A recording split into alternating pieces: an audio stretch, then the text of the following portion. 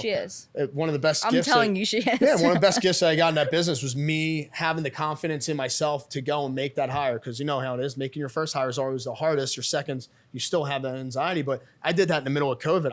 I didn't even show a house in 2020 before I hired Liz. Right. So think about fear, but that was when I bet on myself. And that was when I had that growth period as I was a solo agent to where I really, really work through that mental stuff. You're like, I got to pay her. So like, I have to get it. Welcome to Selling Your Circle. I'm your host, Juliana Gainsburg. And on this show, we talk all things business development, entrepreneurship, and investing. Each week, we'll have a different guest because after all, it's about expanding the circle and keeping it fed. If you like what you hear, follow us on all of your favorite streaming platforms. Welcome back to Selling Your Circle. I'm your host, Juliana Gainsburg, and today we are outside of the studio again, which I'm starting to like, but also I like being in the studio at the same time. So I don't know how Dom feels about it, but we are here at the Jim Roche Real Estate Group team office.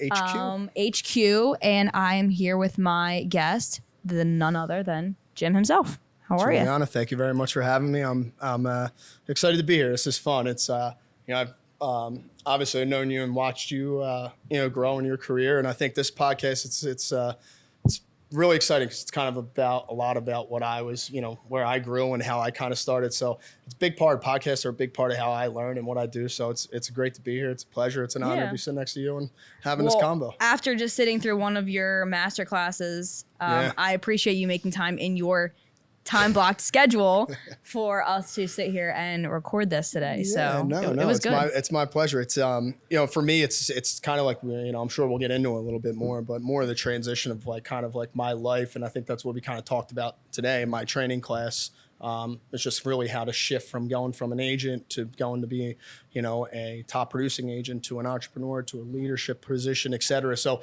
there's multiple different levels and schedules, and, entrepreneurs and business people, salespeople, they always need to continue to keep leveling up and changing the business and changing their schedule. And that's what it's all about. It's just adapting. So we really lean into here. It's a core competency of what we do. So how old were you when you got licensed?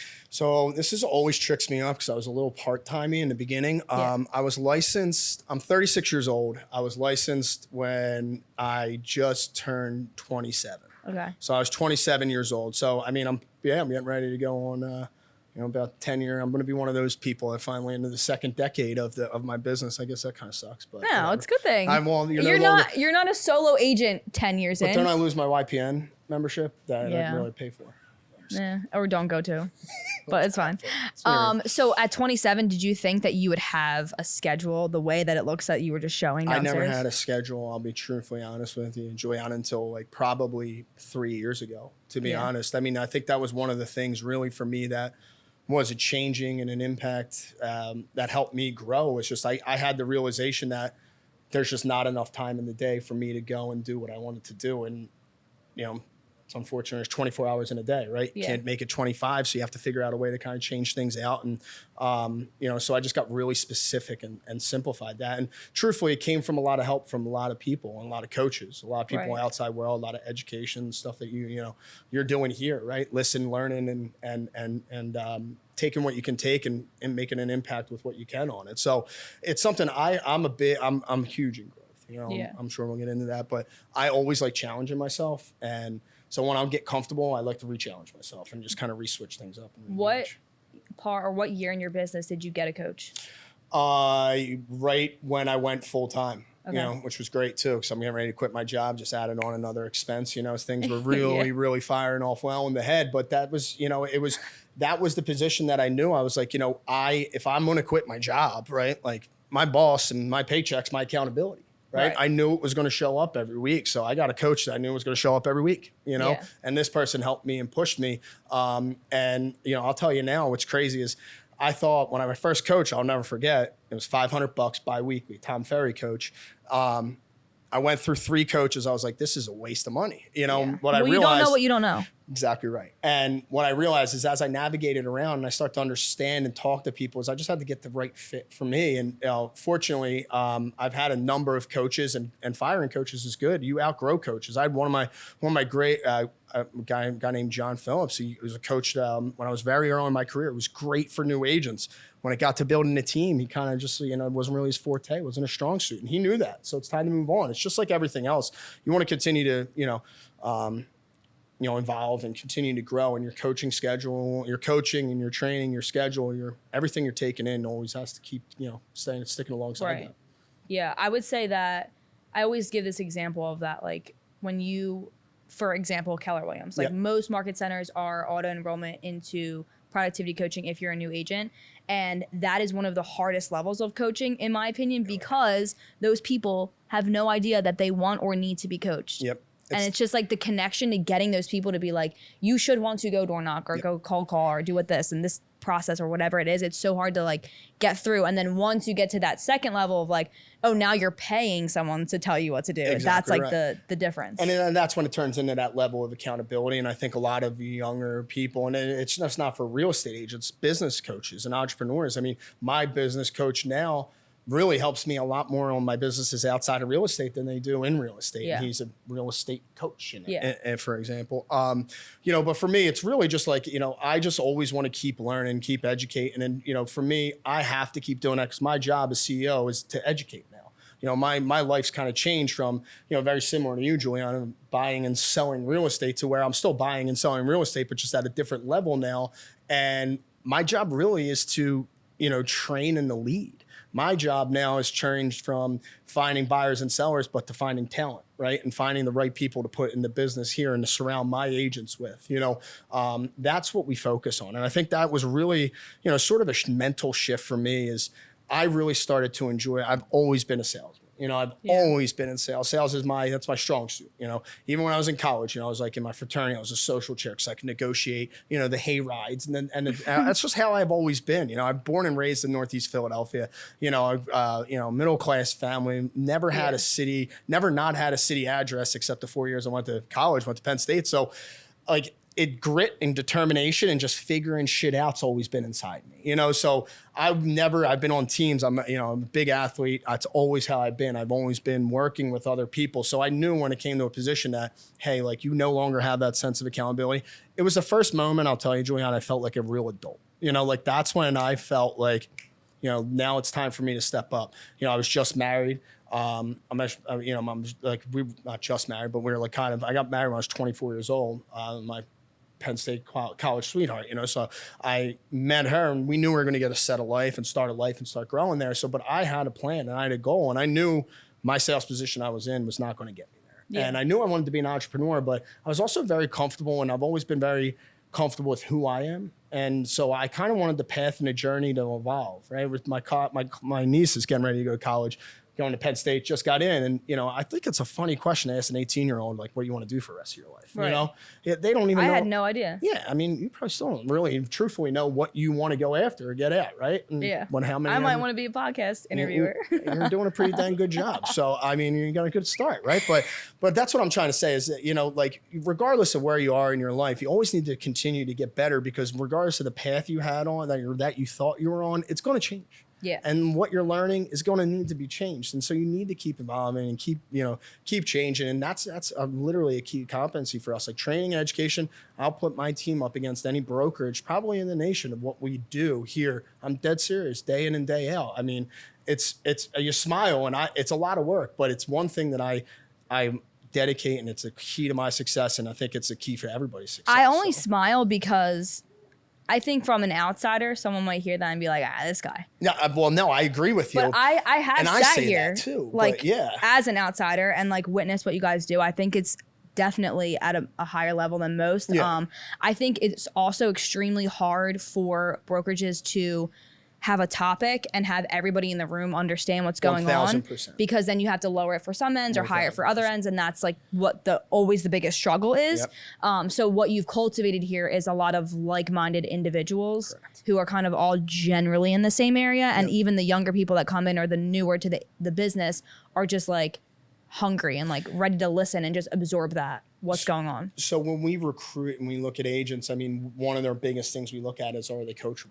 You know, because exactly like you just said, Juliana, like they don't know what they don't know, you know, and let's be honest, I always say every single person that got in this business all started at zero in sales. You know, no one came in and got a head start. There's not a single person. Even if your mom or your cousin or whoever it was selling real estate for decades before, you started at the same position. And for me, I felt very comfortable being at a level playing field with anybody else. Yeah. So like, that's my desire. And so like, that's one thing that I'm starting to learn, right? Like the way I drive people and the way I try to coach people is different than how some people want to be driven. You know, you hear how I talk sometimes. I'm passionate, I'm lively, you know. So for me to take that and take my, you know, my Irish Italian energy, I'm an Irish, 100% Irish, but I speak with crazy hands.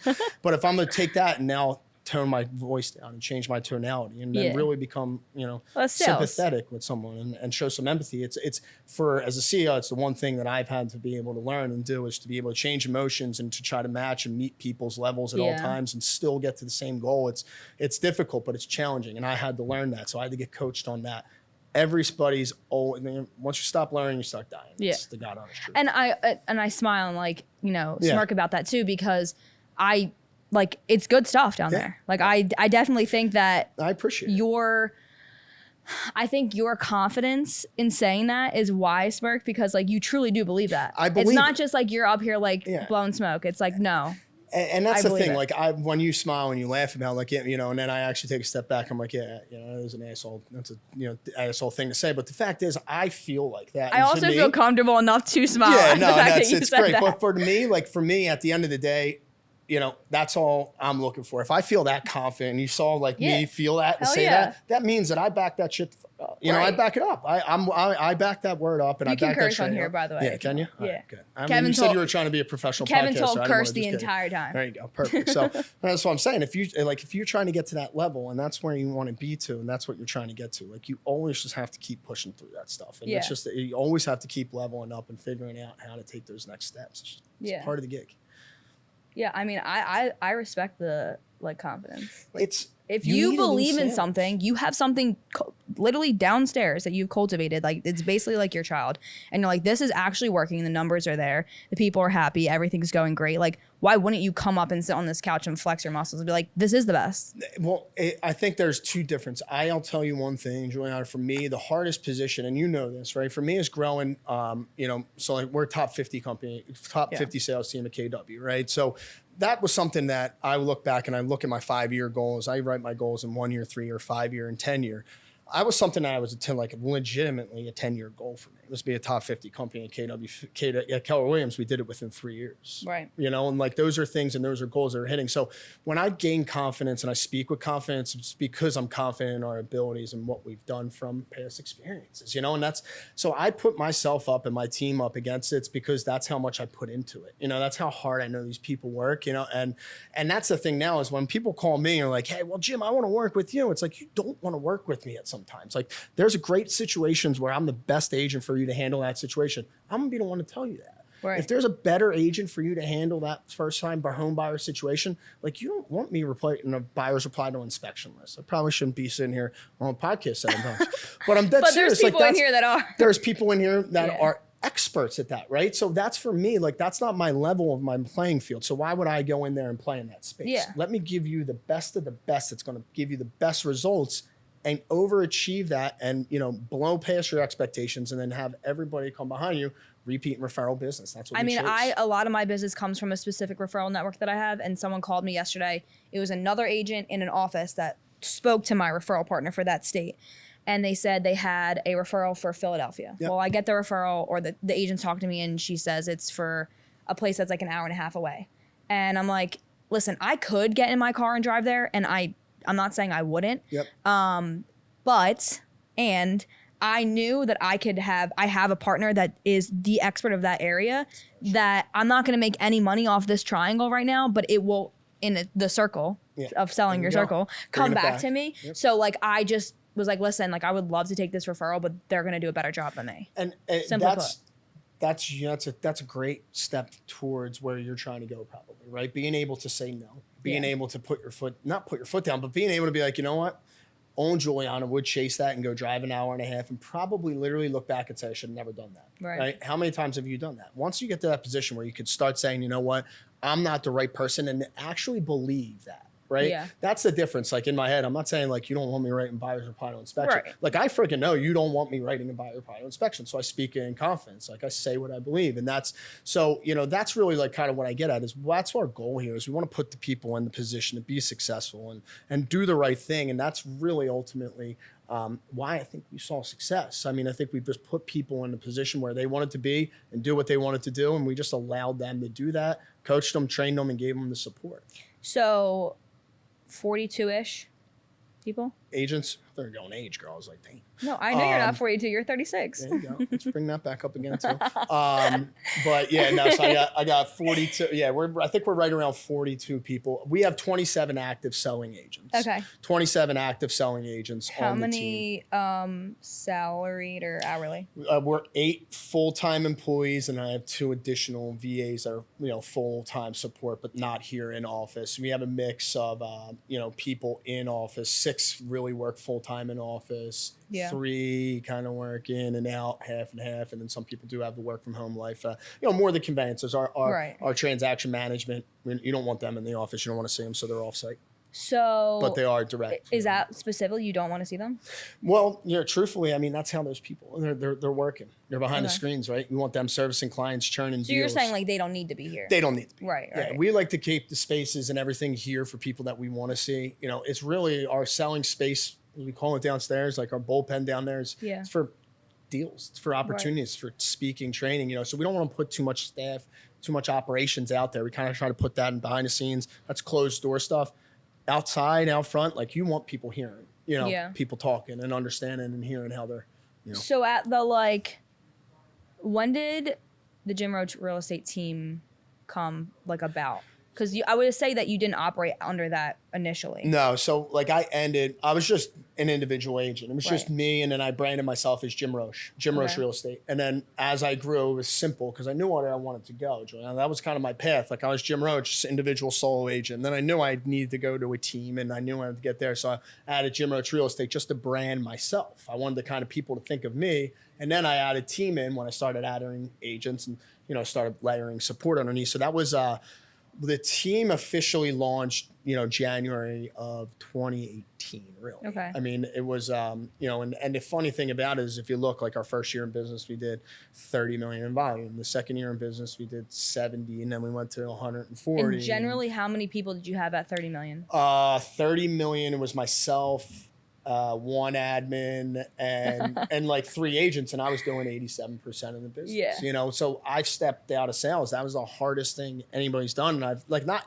out of sales. I still sell and work development and really I work at a certain price point or a certain location or product type. But getting out from the day-to-day and the minuscule work of that was the hardest transition because that's what I grew and that's what my business was, and then at the end of the day, my name was on the door and I'm handing them off to somebody, but they're not, it was a growing, there was a lot of different growing pains there, but that was growth points. And I started to realize it came down to people. So I've spoken to a handful of, I would say mega agents or rainmakers or team members, and they will always say it never happens slowly. Mm-hmm. It always is there's a point of time where it just jumps. Springboard. What is the mental, emotional mindset around that? How do you deal with the going from this level of stress to this level of stress? Yeah. So I'll tell you, I'll kind of give you a little lead into that and tell you, I know exactly what you're talking about because it's the truth. I mean, when you're growing, and especially in real estate sales, business, it's cyclical, right? You go up like we are, you're growing so much and the market drops, it's something out of your control and you can't do it. So the business and the growth, the top players, a lot of times are always the top players for so long because it's just they consistently do it. People burn out, and with the ebbs and flows, it's just kind of how things work. But for me, it was COVID. My business was growing. I made the most money I made in my entire life the year before. And I knew I was in a position now of that was 2020, right? It was 2019, came out of it. I was crushing business by myself. I couldn't turn my phone off. I was working literally 16, 17-hour days. And I had my son, and it just kind of clicked. My son was, You know, my son's now, he's 5 now. So he's been with me, like really, I mean, he's been with me like he's like a dog. But, yeah, you know, like my son's been a part of my life since I've been growing the team. So I never really grew the team without my son. So it's kind of weird because I've never seen that. But that was the point to where I really realized that, like, if I want to grow a business and I want to be available for him forever, I have to do the work that I need to do now. You know, like, I don't want to be the person who misses those things and misses those opportunities. And seeing the baby, I was like, shit. Those things are coming. They're coming quick, and you're not ready for it. So what are we going to do, and what are we going to do today? And when COVID hit, I sat in my house, you know, and I'm going to be honest, like, I go stir crazy. You can see me. I'm ready to, like, just walk off. Not that I think you're doing a bad job being a full-time podcaster. It's just like my head's all over the place. But you know, now I lost my train of thought. But what I'm trying to get to is that, fuck, what'd I say? Busting jokes on me. Now you lost your train of thought. I mean, I led myself in the up. house, stir crazy. No, in the house selling stir crazy. And then I really realized, like, as COVID happened, houses were still selling, but I saw a lot of agents and a lot of the larger teams kind of de-invest in their teams, meaning they saw it as a vacation. Pull back. They saw it as a vacation. They're like, I don't have to go to the office. I don't have to deal with agents. Listen. I don't have to do that. I saw it as my agents need me. I need to double down. I was freaking out. I was panicked. I quit my job. I was like, I got a kid. What the fuck am I going to do? You know? Right. So I went to work. I'm dead serious. Like, I'll never forget, like, April of 2020. I hired Liz in June. I never hired a marketing coordinator or anything. Everybody was laying the things off. I always say, like, Lindsay, one of the best things, you know, and you know, she is one of the best gifts. I'm telling you, she is. Yeah, one of the best gifts that I got in that business was me having the confidence in myself to go and make that hire. Because you know how it is, making your first hire is always the hardest. Your seconds, you still have that anxiety. But I did that in the middle of COVID. I didn't even show a house in 2020 before I hired Liz. Right. So think about fear, but that was when I bet on myself, and that was when I had that growth period as I was a solo agent, to where I really, you know, really work through that mental stuff. You're like, I got to pay her. So, like, I have to get it. You get that sense of responsibility at a stage that I'm at now. Like, I have an employee on maternity leave. Right. You know what I mean? Like, that's crazy to me. And then, like, you know, so I look at her and I want to make sure she's comfortable and she's covered, because I know how my wife felt when she had her kid. So I'm not like, fuck, man, this is a real goddamn business, you know? So you gotta, and that's when you start feeling that. You got to start treating and start preparing for it. Did you have any idea that that's where this was going? No idea. I'll be honest with you. I still don't have any idea where it's going. I do. Right. But I just think that it's great. It's like that. I love it. I'm someone who just likes to continue to be challenged and grow. Yeah. Like, I'm so tired. You're definitely like competition oriented.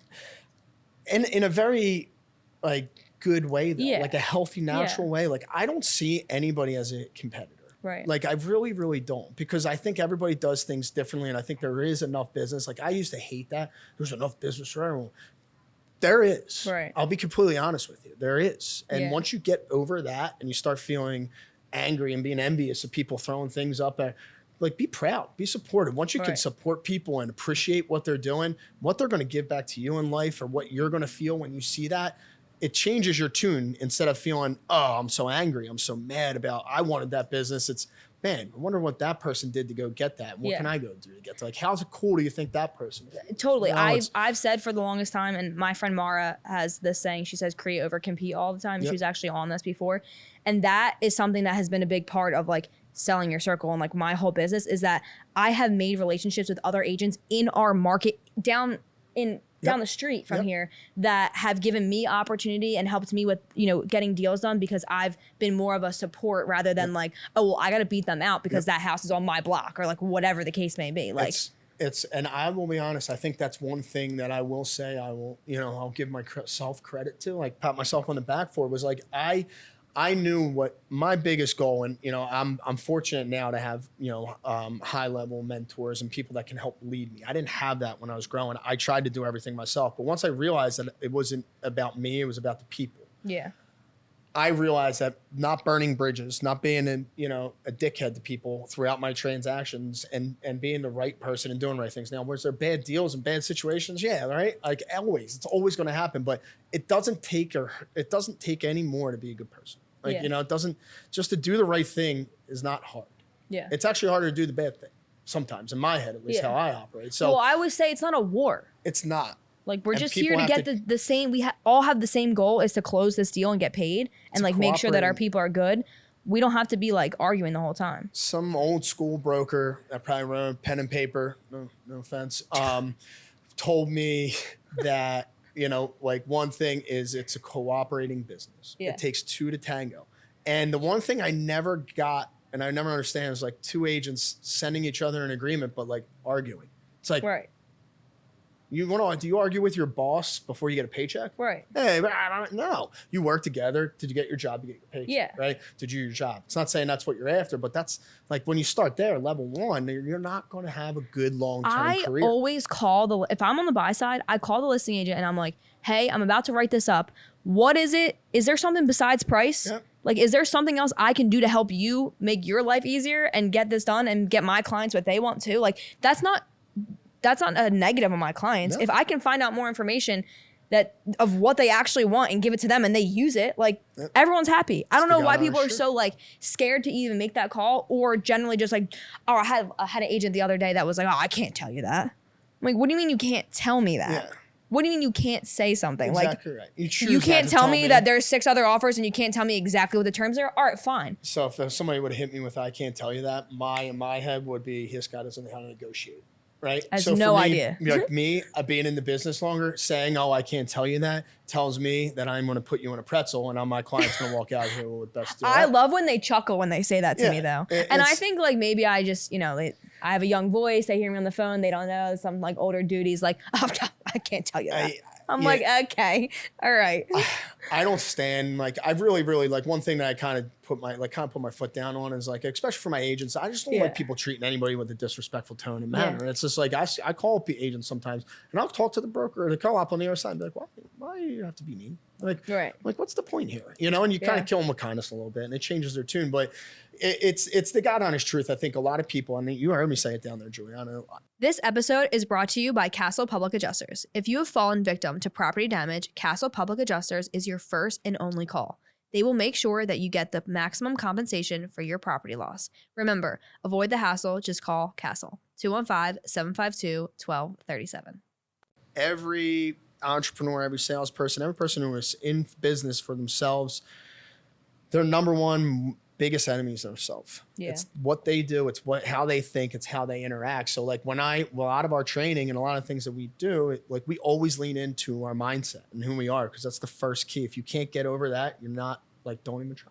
Right. You're just wasting your time. Move on. It's like you were in there in the class today and you heard me say, I like made them run their cost per hour. And I told one of the agents, I said, you think that's worth your hour? Yeah. No, go on Indeed and go pick out another job and you can go to work, because that's how you need to look at it. What the fuck? Yeah, and kids crushing it, right? Yeah. Having a great year, probably flying cloud 9. The fact is that's how that agent needs to be trained and needs to be held accountable. I know that agent wants to do that. And you can talk to them that way. Yeah. Exactly right. And I'm not going to there was things that you said that resonated with me, and choice of words that worked for me specifically that may not work for someone else. They may not work for everybody else. And it's kind of knowing the room, and just so like, what do we call it? The audience? Yeah. The podcast or whatever? Yeah. Our viewers. Our listeners. We're listeners. Well, it's video and audio. Oh, that's interesting. But our listeners. Monetization on YouTube. Thank you. Yeah. But our listeners, like, but what's different about us is like, for me, understanding that and being able to train on an individualized but also a larger level is much difficult, very, very difficult thing to do, but it's something you get better at, and you do it by knowing your people, and that all comes from culture. So I knew I could push Martino and push my agents in those positions because I know that person, and that's what's different about us. It's what's different about our group here, and that's what's different about our results, really. Yeah. So you have multiple divisions for the team? Yeah. Yep.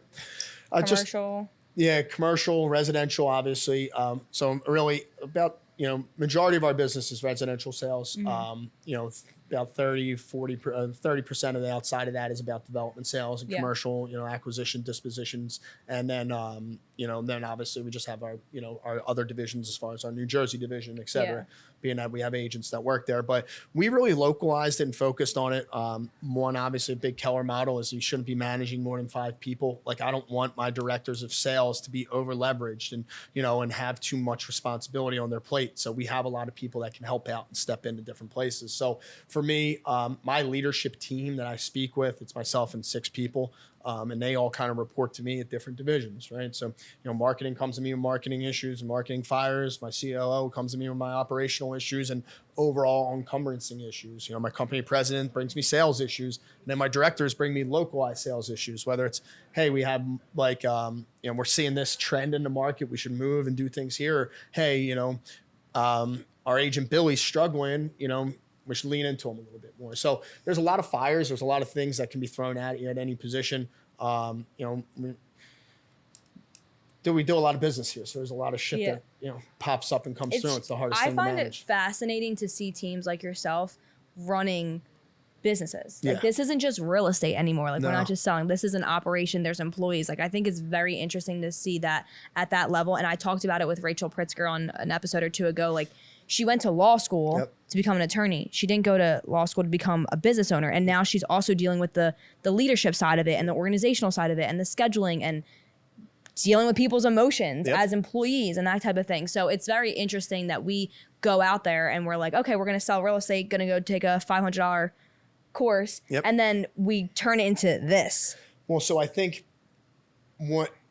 that's what's different about what we're doing here, truthfully, because I think that's what it is. And one thing that I've realized, and one thing that I've looked at, and I continue is I like being ahead of the market and being ahead of the trend. Like my number one motto, I always say, is like I want to beat the buyer to Zillow. Like I want to get the buyer before the buyer goes to Zillow. If I can figure out a way to do that, I'll have a long and successful career, right? And that's how I focus on and concentrate my energy on everything. So for us, like the way we looked at it is the brokerage, our ability to have clients. I mean, at the end of the day, everybody's after data. They want people. They want information, And so the way we looked at our business, and, someone gave me this analogy and I take in, run with it like it's my own, but it's definitely not, is like a brokerage is a movie theater. When you go to a movie, you buy a movie ticket, you pay to watch the movie. That's who basically whoever directed, filmed it, produced it, that's who's getting the ticket price. Where does the movie theater make money? They're selling you candy, popcorn, soda, all that BS with basically like all the same services. One like movie center, they're the same person that's handing you the movie tickets also handing you the popcorn. So specialized services, they can do everything. That's where they make their money. So I look at the brokerage as the same exact way. We have the agent where we have the sale, we have the transaction. Well, we also own a title insurance company here. I also own a property management company here. We also we do development, we do investment sales, we do everything. So for us as agents, we always say, like one of the things, and I tell my agents all the time is stop looking at houses as an agent, look at them as an investor. Once you start looking at things a little bit in a different way, you can understand how your client looks at them and you can start selling at a much higher level. So just little tips and tricks like that. But for us, it's just, continuing to grow and adding things that are going to add value to our clients and to our agents, right? Property management, HubKey Property Management just launched here in Philadelphia. Our goal and our job, what we're after with HubKey, is to only really specialize the accidental landlord.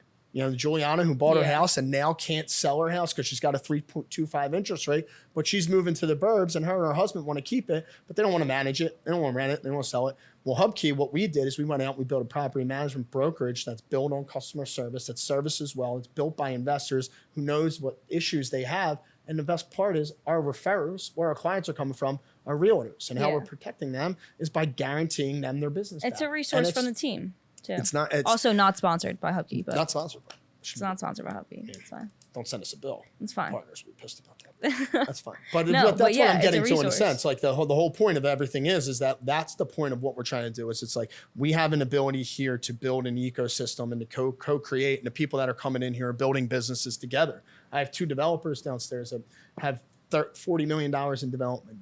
I have multiple people that own businesses and operate businesses at different levels. So that's what's exciting me. Like I love running businesses. Is that like your favorite part about it? 1,000%. Yeah, that was intriguing to me when I was here before for something, and 2 younger guys who were down there on a panel just talking about like the development stuff that they're working on themselves. Like it wasn't like they were doing the deals, like it was theirs. And I'm like, that's real in front of me right now. Yeah, I mean, which is exciting. One of the agents on my team, and it's weird. So just real quick, going back to being a good person, if you look at all the people that are on the leadership team, like my president of my company is my mentor getting into the business, right?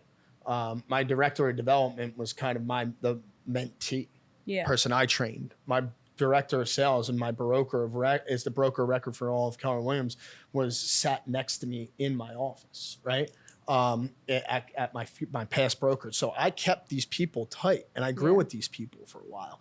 And what that does is that then shows you, number one, like, it's not like an interview. Like when I come and meet people, like these people know me. They know who I am as a person. They trust me. I've never done things in like a vicious or malicious way to hurt anybody or do anything. So like I can back myself up. At the end of the day, I always say, Juliana, like, if I can put my head down, I put my head down on the pillow at night. And when I do sleep, I sleep okay because I know I do the right thing. And I just feel like that's how you operate. But that's also what you do now when you're selling your circle right now can literally impact you forever. Yeah. So it's just so important to remember, like, you know, all those things.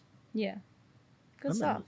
So a couple more things here. One, I wrote this down on a piece of paper because I didn't want to be distracted by things popping up on my phone, okay? So I purposely took this off my phone and wrote this down for you, out of respect for you, okay? Calling me old and shit. You can mute the mic, it's fine. We'll readjust. Thank you. So watch it. I haven't shut the hell up. I know. Well, I mean, the point of the podcast is for you to talk, so I guess it's fun. So, all right, so a couple over-under things. Yeah. Me and if you've been watching the podcast, Nick DeLuca and I did some overrated, underrated stuff. I want to do the same kind of thing with you. Overrated, underrated. All right. So we'll start with the overrated, underrated. Door knocking. I heard you say something downstairs that I was surprised to hear from you. Yeah. So I'm curious to see how you respond to this. I would say 2023 overrated. Well, God damn. For you, it's overrated. It's neutral. I would say it's neutral. So here's why. I'm back and forth on door knocking. It started my career. I mean, to be honest with you. And it wasn't in the setting of knock, knock, hi, I want to, you know, I'm here from Comcast. Do you want internet or, you know, do you want to buy or sell your home? I was just literally just trying to build relationships and meet people. That's all I wanted to do. Right. I didn't care if it came to one lead or a sale. I didn't care about that. I wanted to have conversation. Yeah. Having conversation leads to business. Stop going after like leads and just have conversation around the world. It will come and it will evolve to you if you consistently do it. The one thing that's different about door knocking now, I mean, I hate when people knock on my doors, but the thing that's different now versus before, what is it? COVID. Exactly right. Everybody's home. Yeah. So now people are answering their door. You get your food ordered from DoorDash now. So now people are more likely to answer a door and open a door than ever before, which is funny because it's like, I mean, you have guys downstairs that are like heavy door knockers. Oh, huge. You know, so I would say, let's call that, I'll go for the PC answer, underrated. Underrated. Mailers. Underrated. Cool. But not mass. Handwritten, postcard, note card, to clients, specific written letters make more of an impact than sending out thousands and thousands of paid postage. There was, when I first got into the business and I was in productivity coaching, there was a thing like a 10-10-4 or something like that. Yep. I forget what it's called. And I did do like 10 handwritten notes every day. And I haven't done that in a long time. I should probably get back to that. I used to write 10 a day when I was growing my business. And I wouldn't go and I would start the letter with dear. After every time I met the lead, I would bring them with me on door knock. Dear, blah, blah, blah. So I knew I wouldn't not write that letter because I've already wasted a postcard. You know, I'm starting a businst. I'm counting all my expenses, you know, so I'm like, can't be wasting a postcard. Right. I have to go find another Lynette to door knock and send a letter to. So. Right. Cold calling. Underrated. Right. Underrated. I mean, for sure, 1,000%. You're hitting me with all lead gen sources. Do you think that you have to master cold calling to be successful in real estate? Not at all. Not at all, because I never did. For me, it was just I realized I sucked at cold calling, so I realized if I wanted to be successful, I had to go do something else. Yeah. You just have to try. Is that a requirement here? Lead generation is, but not cold calling. Not cold calling. Okay. You know, you can lead generate any way you want. You know, we have people who generate leads any opportunity. I don't care how you get them, as long as you can find them, service them, and sell them. It's the name of the game. Client parties. Hugely underrated. Our biggest events. I mean, Jim Roche Real Estate Eagles tailgates like the number one. Do you think is that where you spend the most money? Yeah, big time events. I mean, we touch our clients frequently, like really, really frequently. We like to be in front of them. We are big presence people. Yeah, but that's who we are. Like you see our energy, you see our environment. Like, you know, we're not the Thanksgiving pies. come bring your kids and sit on Santa's lap and pictures. We'll do it for you if you want to, but we like getting in front of you and having fun. Yeah. And, enjoying life. Life's too short, Well, you guys do a lot of team building stuff too. This is aside from the overrated, underrated. Yeah. I would say that on a local level that you would be known for that. 1,000%. And that's huge because, like, just for example, we had a brand new agent join our team. Pretty much didn't know anybody. And he's there and he wasn't going to come because he knows what his job is. His job's to write an agreement. And we're like, listen, this is a day for us to work and get to learn and get to know each other, get down here. The kid was sitting next to, he wrote the offer with the agent, with an agent around him, with the team there, got it accepted later. Like, he was going to put himself, it's just in his head. Like, he just got in his own way there. Yeah. It's just like, for us, when you stand around and you're surrounding yourself with the right people, successful people, you're going to be successful. Success breeds success. It's just being in the same room. So we like getting people out and making sure they're comfortable. Like, it's funny when we do 2 events a year where it's like significant others, husbands, wives, and you start seeing at events now that these people have been around for so long, like, they're talking to each other more than like even anybody else is, you know? So we strive for that. I mean, that's bottom line. Culture is our number one thing. Do you know off the top of your head generally what you spend yearly on employee stuff, not client events, like company, team building? Company and team events. Yeah, I mean, probably it really depends on what we're doing, and just solely for like just company events. Yeah, I mean, it's significant. It's probably close to like $4,000 to $5,000 like every 2 months. I mean, like if we usually try to do one big thing a quarter is how we do it. And, we'll spend $40,000-$50,000 a year on team cost and team, but that includes all of our trainings. I think that's realistic though. It includes all of our trainings. Like, we do an offsite down in Atlantic City. That's we do a fall business planning clinic, our fall wealth building clinic, a spring business planning clinic. We do different things like that. So that stuff's all included, but that's what we lean into. For me, that's a major expense and a line item that I'll never take away because that's the foundation of the business. Yeah. So back to overrated, underrated industry conventions. Overrated. Showing assistants. Underrated right now. I think in the right model. I just don't. Have you ever seen anybody in Philly actually run a showing agent model really well? I feel like it's like a national thing. To be quite honest with you, before I was in Philly, when I did suburbs, I was a showing assistant for probably like 6 months. Maybe a little bit less than that, just Suburbs because makes sense. it got slow for me, and I just implemented this agent's. He was doing like maybe 400 to 500 on average clients, and he was like rolling. Yeah, it was just. And so that's a lot of volume, and like it was a lot of volume in a setting of like showings. Yeah, $400,000 to $500,000 buyer, you're like probably showing 8 to 10 houses. End of 2020 maybe. Yep. So I just implemented it into my own personal business, and I didn't have a lot going on. I did maybe 8 or 9 deals that year, I think. 9 deals. So it worked because he paid me 10% of every single deal. Yep. And once I started with a client, I got paid no matter what happened. Yep. I sold one in Telford for like $650, and it was the first showing I did with those clients. And then there's clients to this day that still have never purchased. See, but you were young, and what I would say there is you were finding opportunity. Right? Yeah, I learned so much. You were R&Ding off of somebody else's client, right? Yeah. That's an entrepreneurial mindset and an entrepreneurial move, right? I'm gonna go grow my business while practicing on somebody else's. Literally. Hell yeah, let's go. Like that's how you do it.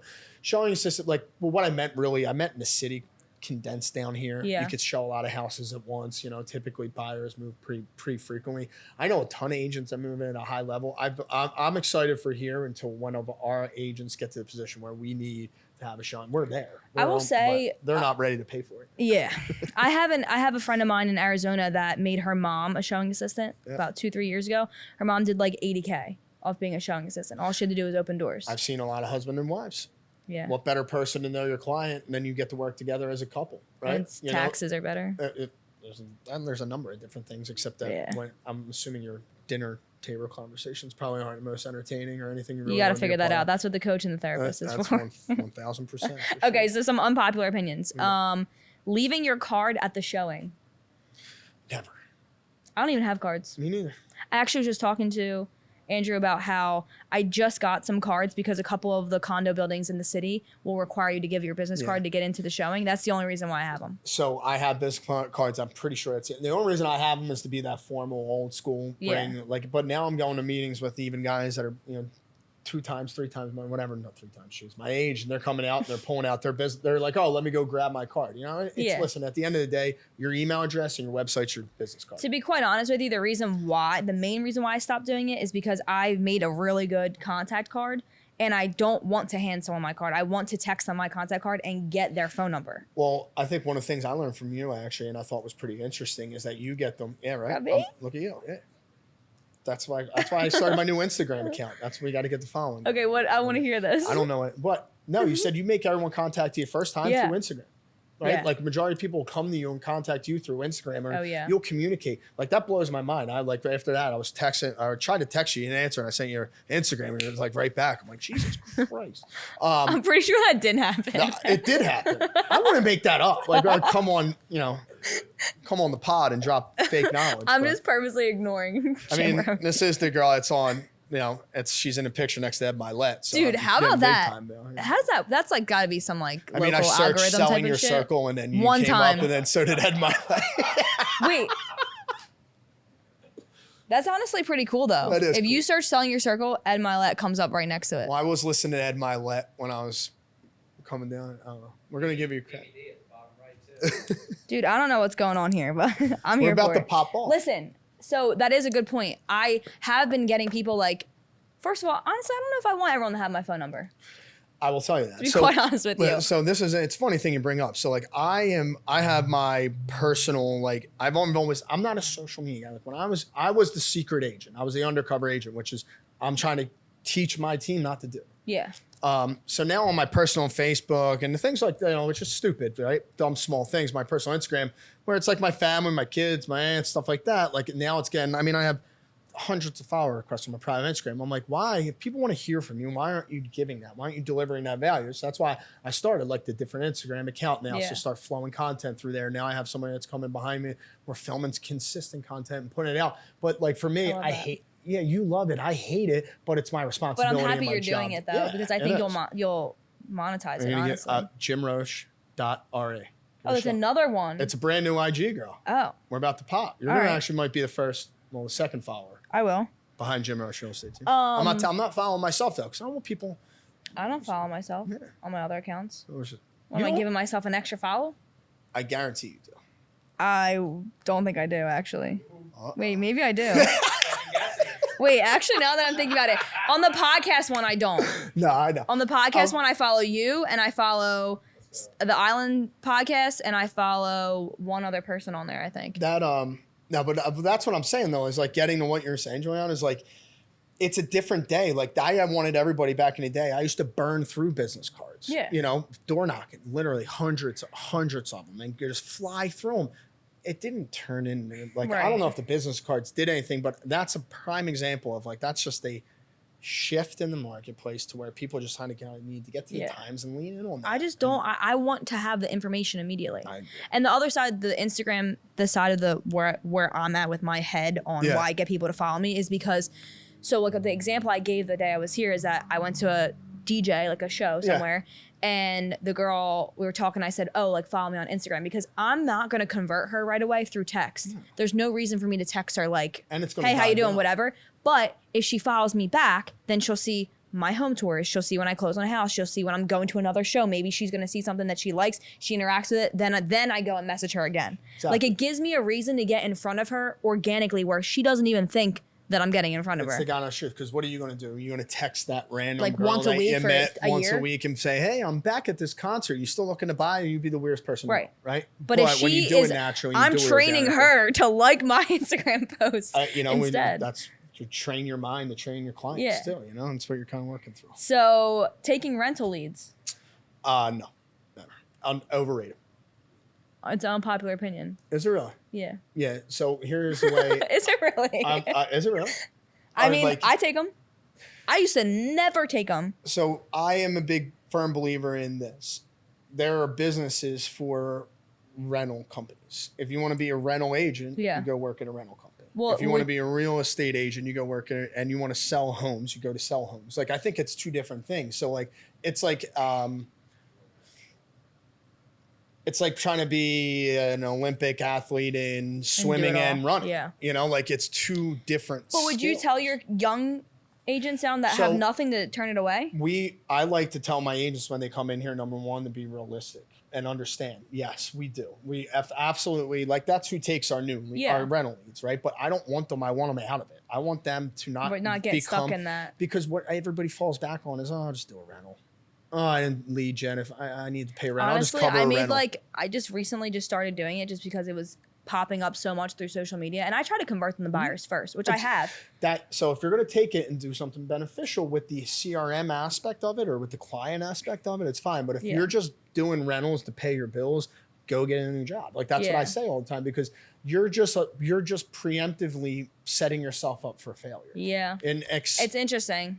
I don't know why. Just recently, I've gotten so many leads from social media, like TikTok specifically, that I don't want to turn it away because of where it's from. Exactly right. Now, you have to remember too, Juliana, how your business is ran, right? Your business is a business where you have exposure and people are coming to you, and you want to cultivate and bring people in. You don't want to turn anybody off, because you tell one person, especially in your sphere, your circle where you are, that you don't do that. Yeah. I know, I don't like doing that. And then it's right to the next person. But I did have a showing assistant part-time that also is getting into his own business, that he'll take them. That's 100% what I would do, is if I would tell you, how can you take that lead, mentor and train an agent, and get a little bit of it gives them money. Exactly right. Yeah. I agree with you. Right. I think there's a time and a case for it, but I do not think, like... Well, for you specifically, it's we not don't I don't really even have them. I'm not talking me specific. I'm talking solely my agents. Like, I don't even let them really chase them, or listing leads. Yeah. Like, I mean, now it's a whole different game out there. Like, just stick to what you're good with. Truthfully, is how I kind of look at it. I do think you can make a good business if you wanted to just be a rental agent. 1,000%. Yeah. That's we had a kid on here that specializes in temple housing, and he probably does like $90K in just couple months. And that's a niche market, a niche business that's going to work well. But that's something, it's just one guy does something small and just cranks it and works his deal and runs through and works for him. But we got bigger things to focus on. Unpopular opinion: brokers opens sell houses. No. Brokers opens, I think. What is the purpose that you do brokers opens for? My clients think that they sell houses, truthfully. I mean, it'd be, and that's why you do them? Well, not really. I mean, it does give us a good opportunity to highlight the house, and it depends, right? So it also depends on what you're selling it at. But I don't think brokers open sell houses. I mean, what's the last brokers open you went to that you put an offer in on? Emerald Street. It was yours. Was it really? Yeah. I didn't get it, though. There were multiple bids on that? Yeah. A hell of a brokers open then. We backed out. Maybe I'll go to my own brokers open. We backed out. It was me against one other person. But no, that's the kind of truth. That's kind of how we look at it. We look at the brokers open aspect of like who it's going to attract in and who it's going to draw. For development sales, it's different. There's different models. There's different units, finishes. People want to see that sorts of stuff. Residential and standard retail at a regular level of that's continuously turning over. No. But multi-million luxury, because once again, people want to get in there. But the fact is, and I sell luxury. I sell from a luxury point all the way down to a lower point. Like, I'll tell you, your luxury buyers aren't buying the house from from your brokers open, and it's just I think you need to in this market right now. My God honest truth is you need to focus your time, your energy, and your effort and your dollars into places that are going to give you and yield you the best return. And I don't think buying primos, hoagies, and shuffling in 12 people is going to make any impact on my business. I'd rather sit behind my desk and make 100 outbound phone calls to people than do it. I've only gone to brokers opens to get content for my social media, and maybe I'll get a buyer from it. Pretty much why everybody comes to us as well. They come in and do you want to know the real reason why I think you do brokers opens? What's that? I think it's a recruiting thing. And not that you're angled at, like, I'm going to host this brokers open because people are going to come in the door and I'm going to recruit them. I think that there's just like look at how great this is, and then we're going to go do this, and this is the development, and this is the agent, and then this person's there. Like, I met Liz and Marco at the one that I went to, and I love them. Let me tell you one thing. If it was a different situation. Ask every single person in this company. We have zero recruitment plan. We have zero recruitment plan. Now, it is an issue, and I met about that, and I'm in charge of that. It's a really big 6-month fire for us, right? Because like where we're at, we don't go out and outwardly hire. Like, we know the people that we want and we want to bring here, and they naturally just cultivate and come to us when the positions are ready for it, right? Like, I don't pull lists and call we are not a revolving door. I didn't lose my first team member in JRE till this year. Like I never lost. I had 100% retention rate for 4 years consistently while I was growing my business from one agent all the way now. We're at 40 plus people. So and I'm sure there's multiple reasons, but I would also be like willing to say that it's part of the market. Well, when I really a lot of people are jumping around right now. Oh, well, what, losing agents? Yeah. I think the reason we lost the agents because we got clear with what we wanted. And I think we started to ask and require a lot out of our agents. Like, it's getting to that. It's like my time's valuable, right? We were just talking about that down there. Like, if I'm spending so much time with people that just really aren't where we are or want to get to where we want to be, like, they are better. People that have left the team, like, they're still friends of mine. We haven't had one person leave an animosity. Like, I still support everybody. I'm not going to be great for everybody. Right. You know, I'm going to be great for the right people. And if somebody comes here, we try to make sure that anybody that comes here doesn't have to leave. Like, I don't want that. I don't want a revolving door. That's a big focus of mine. And that's something we'll always lean in on. At the end of the day, though, you're right. If you ask, like, we have zero recruitment budget. Everything at the end of the day is a recruitment and sales and marketing opportunity, isn't it? Every single thing you do. Every time this podcast is, you know. I mean, people think that I've got a half of a agent with me. Like, he's basically not even with me. An agent? Half an agent. You can cut that. I was mean. I have a transaction coordinator. No, well, but what I'm saying... people come to me and they think that I have, like, a organization. They're like, oh, like, let's partner up, or I want to be on the Juliana Gainsburg group. And it's not even that. Like, people just show up. Here's the important thing to remember and hang on to. The one thing I think that's really happening in our business right now, but it's the people that can deliver that experience are the ones that are going to win. Yeah. I'm telling you, because there's a lot of optics out there with social media and the world of everything. Like, everybody thinks there's this big thing. Juliana, behind the scenes, if you can deliver the same experience as the Jim Roche real estate team does with, you know, 1/10 of the percent of the expense, I'll join your team. Like, that's the way to go, right? Like, that's what you have to figure out is where you want to go and how you want to kind of manage it and put it there. It's all going to be up to what Juliana and what she stands for and what she wants to deliver at the end of the day. If you deliver consistent content, it doesn't matter if you're a team leader of a 100 agent team or you're one person with half an agent and a transaction coordinator. It's about the experience. People will come to you for your experience. And that's what I hang on. Like, that's what I'm confident on.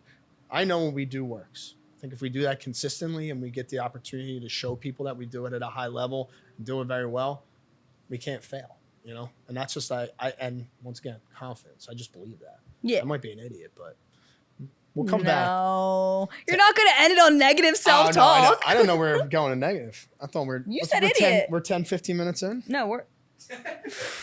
Oh my gosh. All right, so you have a new Instagram account. It's very simple. It's just jimroche.re. Just trying to, but that's what, you know, that'll be my new lean. That'll be the new lean. I'm excited for you. I am. Well, wait till I start dropping content. It's going to be wild. Yeah.